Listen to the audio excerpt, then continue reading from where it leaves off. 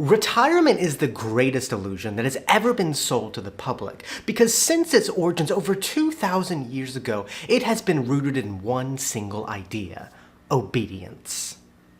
I mean, what we call retirement today is a product of over 2,000 years of political strategy, false promises, and societal manipulation. The idea all started in 13 BC when Roman emperors used pensions to prevent aging soldiers from rising up against the state. Centuries later, to then be used by a German chancellor to stop industrial workers from joining a rising socialist movement. The earliest versions of retirement weren't about rest, dignity, or financial freedom, but they were all about managing the masses. Retirement was the carrot on the stick. In exchange for a lifetime of labor and loyalty to the state, you'd be told a vague promise that someday you'd finally get to rest. But the system was built on assumptions that rarely held true, like the state would always be strong, jobs would always be stable, and living to old age was guaranteed. However, despite these cracks, the idea of retirement spread around the world and evolved from military pensions to government programs to self-managed investment accounts. And with every step, the responsibility quietly shifted from governments to corporations to now individuals. We've all been sold this dream that if we work hard today and play by the rules that one day we'll be free. And throughout all of our lives, we've seen this dream vanish before our very eyes as pensions have disappeared. The Social Security system is starting to crumble. The cost of living keeps rising, and more people are reaching retirement age with no money. However, this dream was never real to begin with. It was never designed for the average person to win, but it was designed to keep us obedient. Retirement has been flawed since its origin, and in this video, I want to take you on a journey to uncover the origins of retirement, how it evolved over time, and how that led us to the broken system we have today. Because once you understand the history of retirement, you understand that it was never designed to work in our favor. And so sit back, relax, grab yourself a warm beverage, and we're gonna dive in to the fascinating story of retirement, where it all started over 2,000 years ago in the ancient Roman Empire with Chapter 1, the origin of the pension. For most of humanity, retirement didn't exist. Life was short, brutal, and there was no such thing as stepping away from work unless you were rich. But over 2,000 years ago, that all changed, and the first real concept of retirement appeared in the ancient Roman Empire in 13 BC under the rule of Emperor Caesar Augustus. You see, at this time, Caesar Augustus had just emerged from decades of civil war. The Republic had collapsed, Julius Caesar had been assassinated, and Rome was transitioning into an empire. And Augustus needed stability, and a strong army was his key to that. However, at the time, the Roman army had many problems that threatened its stability, and there were three major problems. First, they were having trouble maintaining a professional, dependable army. Second, soldiers were more loyal to their generals than to Rome. And third, upon finishing service, soldiers were promised land, but that system was broken and many people didn't receive their land, leading to anger, unrest, and rebellion. And so in order to solve these problems, Caesar Augustus needed to rally the troops, and he came up with a brilliant solution. In 13 BC, he established the first ever state-funded pension plan for Roman soldiers, where after 20 to 25 years of active service, every soldier would receive a lump sum payout from the state, equaling 13 years' salary. And to fund this system, Augustus first used his own money and then later funded it through a 5% inheritance tax and a 1% sales tax. And on the surface, this looked like a reward for a lifetime of service, but in reality, it was a strategic power move because Augustus's reasoning was simple. Pay the veterans off and they'll be less inclined to overthrow you, aligning the interests of the soldier with those of the state. Because creating this pension plan would solve all the problems that he was facing at the time by promising soldiers a reward for a lifetime of service. It professionalized the army, making it viewed as a career. By Rome paying the soldiers, it made them more loyal to the state than to generals. And by giving money instead of land, retired soldiers were free to do whatever they wanted with, preventing unrest. This wasn't just about rewarding soldiers, but it was about gaining control, loyalty, and securing power for his new empire. However, of course, this system came with its flaws. First, many of the soldiers didn't survive long enough to collect the pension, which was around the age of 45. Second, it was extremely expensive and hard to maintain as Rome expanded. And third, future emperors inherited this obligation whether they could afford it or not, which eventually led to delayed payments, reduced rewards, and broken promises. And this system lasted for a while. However, it slowly started to erode over time due to war, inflation, and the collapse of the state. And in 476 AD, with the fall of the Western Roman Empire, the military pension system was dead. The Romans were the first to create this idea of life after work and used it effectively to maintain a loyal, professional army.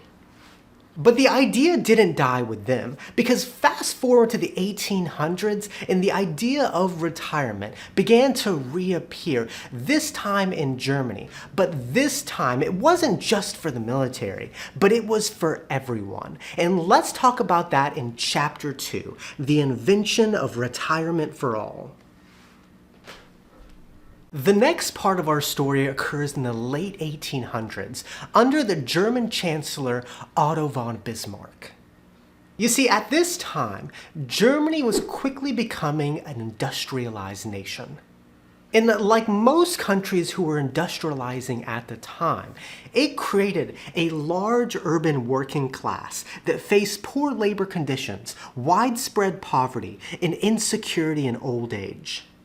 And because of that, there was a growing interest in the Socialist Party. However, Otto von Bismarck saw this as a threat, and in 1878, he created the anti-socialist law, which banned socialist meetups, publications, and organization. However, he couldn't ban the entire party, and this law didn't stop the growing interest in more socialist ideas. And so instead of crushing socialism, he decided to beat them at their own game. And in the late 1800s, he introduced a number of welfare programs. In 1883, he introduced national health insurance. In 1884, he introduced accident insurance. And in 1889, he introduced old age and disability insurance. And this became the first modern government-backed retirement system, and it was based on mandatory contributions from workers, employers, and the state. And in order to qualify, you had to work full-time, sometimes 70-hour work weeks for 30 years. Which doesn't seem ideal, but it gave workers something they didn't have before: hope for the future. But there was just one big problem to this retirement system. You couldn't claim any benefits until you were 70 years old. And that posed a big problem because in the 1800s in Germany, life was tough, and the average life expectancy at birth was only 42 years old. And even if you survived childhood, you probably still didn't make it to the age of 70. So while the system promised rest and dignity at old age, most people never lived long enough to claim it. They just paid into the system and never received anything. But that wasn't a flaw in the system. That was a feature. It was just the carrot on the stick that gave people hope while suppressing socialist ideals. And so just like how the Romans used retirement as a tool for obedience, Bismarck used it for very similar reasons. To suppress socialist ideals, keep people working, and keep them loyal to the state. However, it didn't really work out, but Bismarck's retirement system left the framework for how many countries would create their modern government-backed retirement systems, and one of the biggest adopters of this system would be the United States of America. And so let's talk about that in Chapter 3, The American Dream, Social Security and the Rise of Hope. So now we've reached a part of the story that more people are probably familiar with. In the 1800s and early 1900s, America was industrializing, which meant that millions of people went from working in rural farms to moving to urban areas to work in factories. And this really changed how society was structured, especially when it came to getting older. In the past, older people could rely on their children or extended family for support, but as families spread out, they had no one to take care of them and no income to live on. The cracks to the system were forming, but it all came crashing down in 1929 with the Great Depression, where the stock market lost 90% of its value, the economy shrank by 29%, and unemployment soared to 25%. Which meant that millions of Americans were left with nothing. No savings, no work, and no safety net. And with so many people unemployed and millions of older Americans living in poverty, it created this pressure of government intervention. And that is when Franklin D. Roosevelt launched the New Deal, which was a set of programs aimed at rebuilding the economy and restoring hope. And one of the biggest programs in this was the Social Security Act of 1935, which was America's first major federal retirement program. Gives at least some protection to 30 millions of our citizens. And the idea of this program was very simple. It was a pay-as-you-go system where workers and employers would contribute a percentage of their paycheck to a national fund, and then upon reaching retirement age, 65 years old, retirees would receive monthly payments for the rest of their lives. However, of course, not everyone qualified for this benefit. In fact, in the beginning, about 50% of the workforce did not qualify. Some of the biggest professionals that didn't qualify were agricultural workers and domestic workers, which were held largely by African Americans from the South.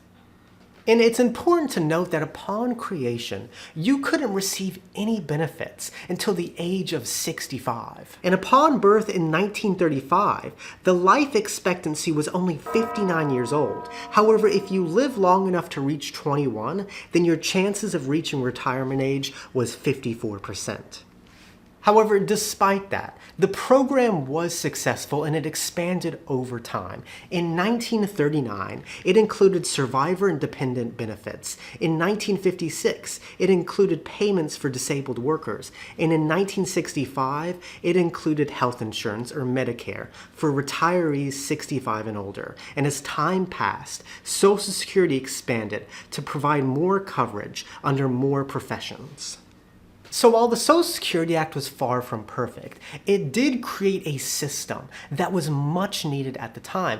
And compared to the system in 1889 Germany, it actually provided real hope to workers that they would be taken care of in old age. And for a brief moment in time, retirement in America actually worked. But it was only because it was a very unique moment in history. And so let's talk about that in Chapter 4, The Golden Age of Retirement. The next part of our story begins in 1945. World War II had just ended, and America came out on top as the world's economic superpower. And business was booming. I mean, the unemployment rate went from an all-time high of 25% in 1933 to an all-time low of 1% in 1944, right before the war ended, and stayed relatively low in the post-war years. And with the war ending, the GI Bill was created, giving veterans access to education, job training, and low-interest loans for housing. Many wartime industries transitioned from making tanks and weapons to building cars, TVs, and refrigerators. And with more people working and no more wartime rationing, Americans were spending more money than ever. This period, spanning the late 1940s throughout the 70s, marked what many call the golden age of retirement. Because for the first time in history, a large percentage of the working class could realistically expect to stop working one day while still maintaining a high standard of living. And this was largely because of three key factors: rising wages, generous employer pensions, and strong unions. Unions were fighting for better worker benefits, and one benefit that became very common was the pension, which guaranteed a worker a paycheck for life once reaching retirement age.